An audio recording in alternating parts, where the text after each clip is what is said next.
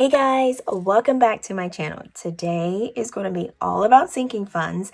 I'm going to be giving you guys 7 tips on starting sinking funds for your budget. I have been getting a lot of emails of you guys asking me, Tina, how do I start sinking funds? I'm just starting budgeting for 2024 and they kind of overwhelm me. Please let me know how to start. So if that was your question to me, this is the video for you.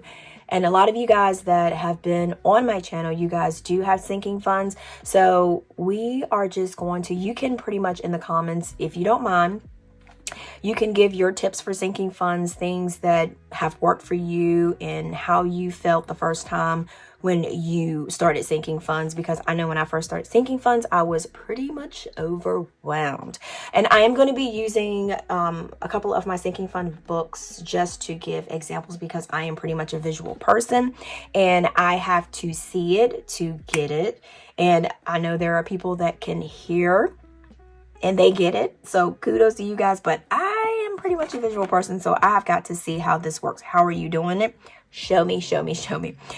So, but first, before we get in this video, guys, if you have not already clicked on the subscribe button, please make sure to click on the subscribe button and then also click on the notification bell to make sure that you don't miss any of my videos, because I absolutely love to have you guys here. And thank you so much for always showing up, coming to check out my videos, and yeah, and sharing your thoughts and everything like that, because basically that helps everybody. So with all of that mouthful said, guys, let's go ahead. Let's get started. Right, so I'm going to grab some coffee. And all I'm pretty much drinking is just Walmart donut shot coffee. That is all that there is to it in my coffee cup. I can't even hold my pen. So let's talk about it. What are sinking funds in the first place? Sinking funds and using that in your budget is pretty much a strategy where you set money aside regularly for specific future expenses or for your financial goals that you have. So rather than being caught off guard, saying, oh my gosh, I forgot about this payment coming through, even though it comes through every single time at the same time, or infrequent expenses, sinking funds will allow you to plan and save for them in advance. The first tip that I want to give you is to identify future expenses. What you need to do is pretty much make a list of your irregular expenses or anticipated expenses that you know that will occur in the future, but they pretty much don't happen monthly. So this pretty much can be like annual insurance premiums, holiday gifts, home repairs, vacations, or car maintenance. Let's just use this one for example. I have car property taxes. And the reason why I'm using this as an example, I am not gonna lie to you guys, I used to not pay my car property taxes. Even though I did have the money, sometimes I would go to Five Guys to go out to eat. I would go buy shoes. I would go buy handbags because I love handbags. And then looking crazy when my car property taxes is past due. I mean, it is what it is. It's the truth.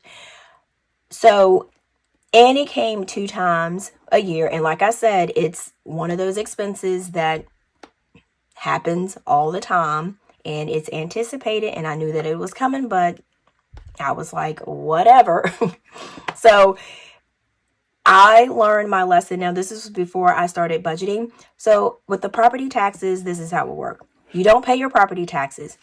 Your decals are expired on your license plates. You go to the DMV, walk up to the lady. Yeah, I like to get my decals. I like to pay for them. I'm sorry, ma'am, Mrs. Peters. We cannot give you your decals today because you have a stop on your account. And I'm like, what? Okay, come on, Tina. We're not doing that. You know better. So it would be $50 on there to take the stop off. So I'm like, okay, I'll pay the $50. No, ma'am. We're going to need you to go downtown City Hall to pay your taxes. And I'm like, what? So I ended up having to go all the way down to City Hall, scramble up the money that I had to pay it. And pretty much if you don't have the money all that day, you have to pretty much wait until you do or your next payday, because obviously I wasn't budgeting. So y'all know I had to end up waiting. So then after that, I go down there, scramble up the money, pay my property taxes, and then had to wait until they take the stop off at the DMV, which does not happen just like that. And then I had to go back over to the DMV. Now, while this time is going by, think about it. You're driving around with expired decals. So then you got to dip and dodge to try to hope you don't get pulled over. But then if you did get pulled over, then that's a ticket. Then you have to go to court, and then you have to have time out of work. So it was just too much. It was just better to just figure it out, pay it, set the money aside, and do it like that. And then you're forking out an extra $50 for money that you didn't really have to. So that is my little thing of identify my future expenses and pretty much the importance of my car property tax expenses. So this is tip number 2, you want to estimate the cost. What I mean by that is pretty much estimate the total cost of each expense or the financial goal that you have created for yourself, and you need to determine how often it occurs. Now, is it annually, is it semi-annually, or is it quarterly? For my car property taxes, it comes 2 times a year. So that is something that I know that is coming, so I need to decide how I'm going to actually pay that. And I'm going to show you an example of that, what I mean by that. We're going to take my car property taxes. For my car property taxes, as you can see, it comes out 2 times a year. So what I'm doing is I figured out the due date is the 5th. The due date is the 5th of, I said the 5th. The due date is 6/5 and the due date is 12/5. So once I have those pieces, I have it where I can actually take the total amount. So usually when you have a payment like this, if it's due 2 times a year, you can pretty much say like 500 divided by 2 and you got 250 each.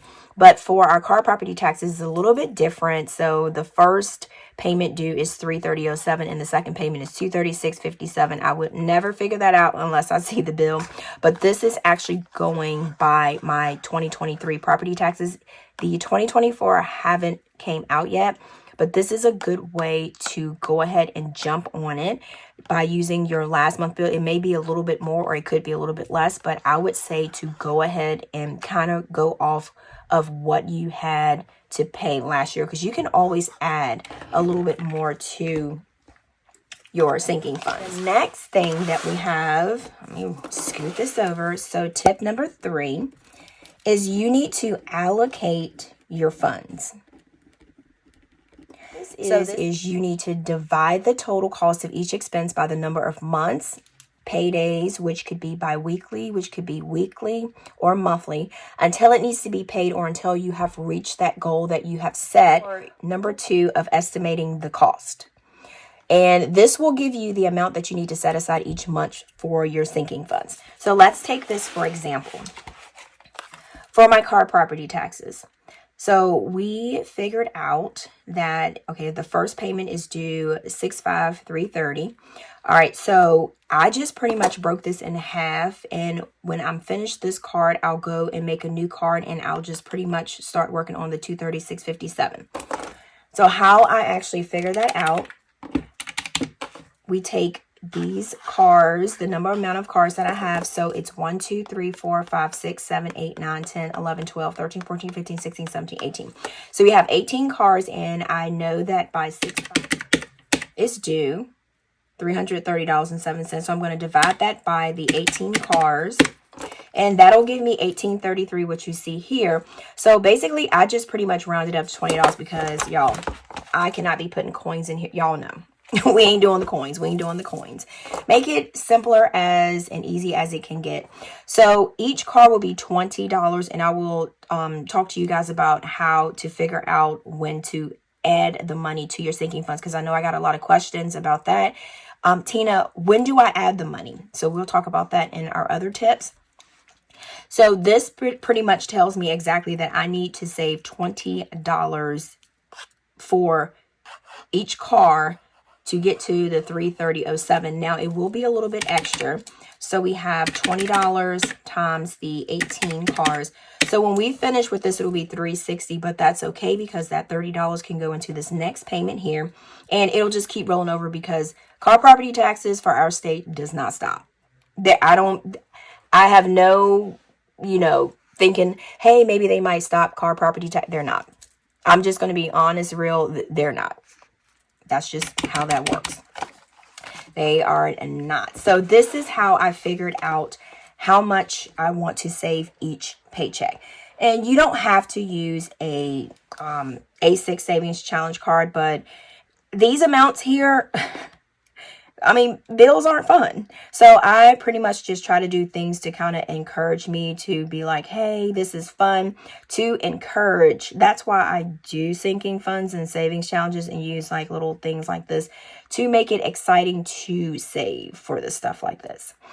Now, tip number 4, you want to create separate funds.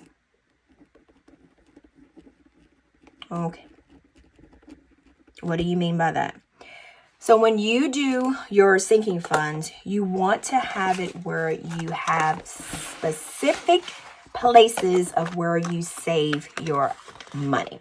So this could be opening up a separate savings account or designated categories, like how I actually have it in my sinking funds binder here within your budget system, so that this way it'll help you keep track of each fund of how much you're actually saving. So here I can go, for example, gym membership. I have $85 in here. So this money in here, I know that all of that is pretty much going exactly to my gym membership, and I know how much I have in here. Oil change, I have $70, so I know that I have $70 allocated for oil changes and inspections, which inspections will never go away here either. I know some of you guys said that you don't have inspections, and I am so happy for you, and I wish that we didn't have inspections either. So this is how you can kind of pretty much save for each allocated expense, okay? And just for a quick tip, if you do sinking funds, because I know some people will be like, I don't want to hold this, these envelopes at the house. I don't want to hold these envelopes and this cash, and so I can't do sinking funds. Listen, you do not have to have a cash binder for your sinking funds. So if you want to do all of your sinking funds cashless, that is perfect. That is a-okay, because I do have some cashless sinking funds myself. And basically what you do is, I know Ally Savings, it's a high yield savings account.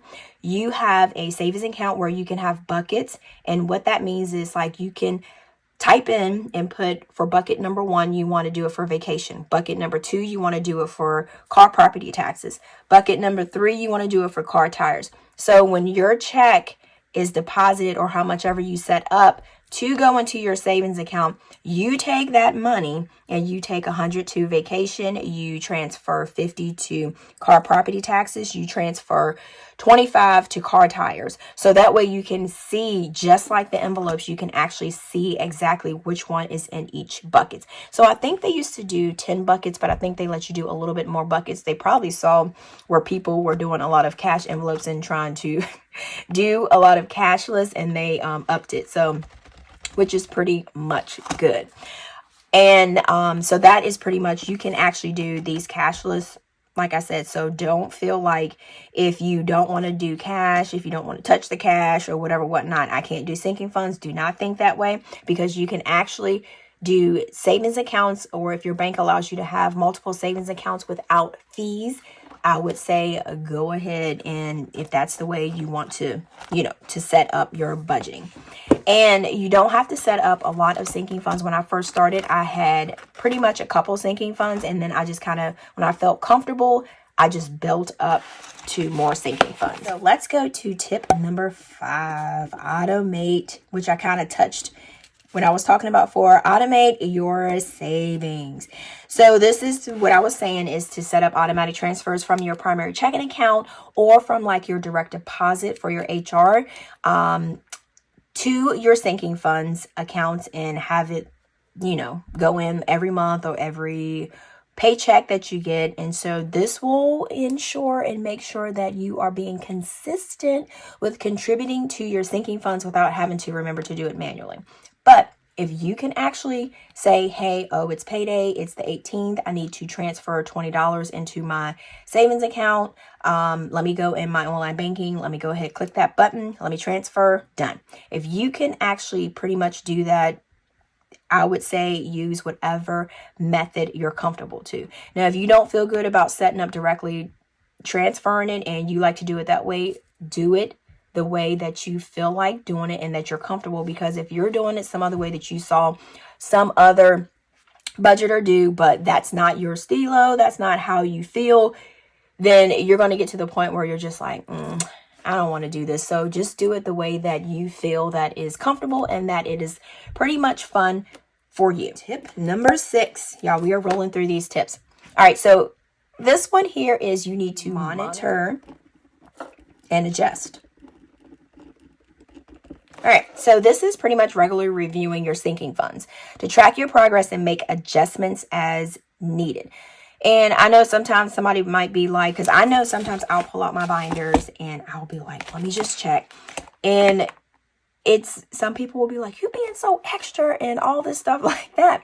But I think if you keep it in front of your face, it makes it more like you're going to be more aware of how much you have, what you're spending, or what you need to change and what you don't need to change. So it's, if like, just say like if something, like if my property taxes, if they go up, if it's expenses, or I have a new expense, I can pretty much update my sinking funds binder accordingly to what is happening with the situation. Just like for my bills binder that I have here. So I am working on getting a month ahead. So this is my sinking funds that I have for this. But I know sometimes like bills may change. Like my WOTA bill may end up going up because I know this right here will go up for my WOTA bill. It's going to go up $10 in June 2024 because they took trash from the bill. I don't know why they did that. And starting June, it's going to start back up to $10. So I know that I am actually going to have to adjust. I'm going to have to actually I'm going to actually have to make adjustments to this and add an extra $10 to it. So just like electric bill, wintertime will be a lot more expensive than it will be in the summertime. So I know I will have to adjust, just things. Or if, just say like if we don't want our alarm anymore, we can pretty much get rid of the alarm, and that will be an envelope that I can take out of there. So it's like, that's why it's like a good idea to pull out your sinking funds maybe twice a week or 3 times a week. Or if you want to do it every day and check your sinking funds so that you can kind of build like a schedule or whatnot, I would say just to pretty much do it, just to make sure that it's in your face and that you're saying like, I'm not going to pretty much spend this. So that's pretty much just monitoring and adjusting your sinking funds. And like also for my son's binder that I have, like when he got in school, like daycare was okay. And this is another thing, like going back to number 1, we're going to go up here, identifying your future expenses. Like when he got in regular school, like the expenses like went up because he has like school pictures, he has like book fairs, they have field trips, they have like, I just added because we wanted to get him in sports. So even though I had all of these, I just added, not school supplies, not Fat Tina, I just added sports. So that is an envelope that I add. So it's always pretty much forever changing. So that's why you want to pretty much monitor and adjust. And so if it does change when you're monitoring and adjusting it, just say like, let's give an example here. Just say like you were paying, say like your light bill was $300. And you pay, and paydays, you have 18 paydays until that time that it's due. We're just doing like a little example. 31st. So you want to take 300. I got the little pump on there. So you want to take 300 divided by 18 equals. Okay. So that is $16.66. We're going to round that to $17. And then next time when you get the bill, you notice that your bill is around $400 now. So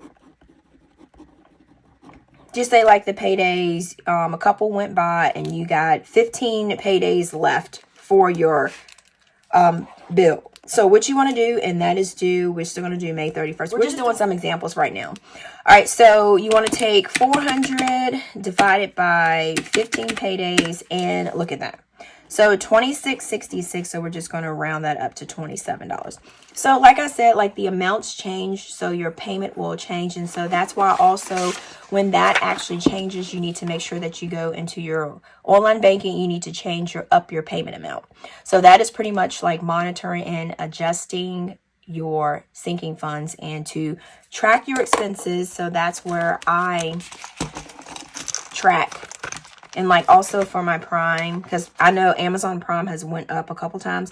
So I track this. So if I need to, I can always change that. But for here, this is where I track my expenses. Not my expenses. I track my sinking funds here. All right. So number 7, y'all, we are getting to the end. Okay. So this is a big one. Use your funds wisely. So when the time comes to use your money, yay! This is the exciting part. But I'm going to tell you guys, once you start saving for your sinking funds and you see that money accumulating, you probably won't want to use it. I know I was like that. At first, I felt guilty using the money. And it took a while for me to actually say, hey, Tina, this is what you save for. This is what this money is for. So go ahead and pretty much spend it. And yeah, just like, but it's like after you know, it's crazy. So when the time comes to use the money from your sinking funds, spend it only for the intended purposes. Don't be going out buying a whole bunch of extra stuff. I used to do that first when I used to do my sinking funds. I would be like trying to buy some. I'd be like, we can't do that. We can't do that. So avoid dipping into your sinking funds for other expenses unless it's a true emergency. Electric bill getting cut off, dip in those sinking funds. Water bill getting cut off. You need water to take your showers. Dip in that other sinking funds. Car, you need to get to work. You need some gas. Car. So, yeah. But I actually, let me show you guys. I actually have, what is it? One for my Stanley cup and handbags. Now, if I don't have enough in here, I do not need to be dipping in my other sinking funds, my electric bill money or my water bill money. So I don't need to do that. So that is how that works. So these are the 7 tips for starting your sinking fund. So I hope these pretty much help you guys. So just to recap, guys, so sinking funds budgeting helps you avoid financial stress and overspending when unexpected and irregular expenses arise.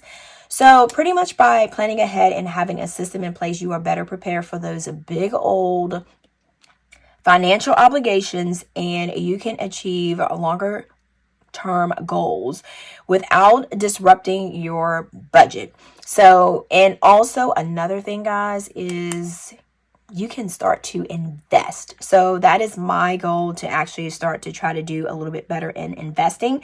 And like I said, budgeting is always a learning experience. We can always, be learning about different things. So that is another thing on my list for this year, is for investments. And y'all, we are pretty much done with this video. So thank you guys for sticking with me and chilling with me through this video. And also, if you have not already hopped over to my Instagram, and my TikTok is called APinkeClothlife. And then also my website is called pinkcloth.co. And then, like I always say, guys, let me know in the comments if you want to do other type videos like this. Until next time, guys. Peace.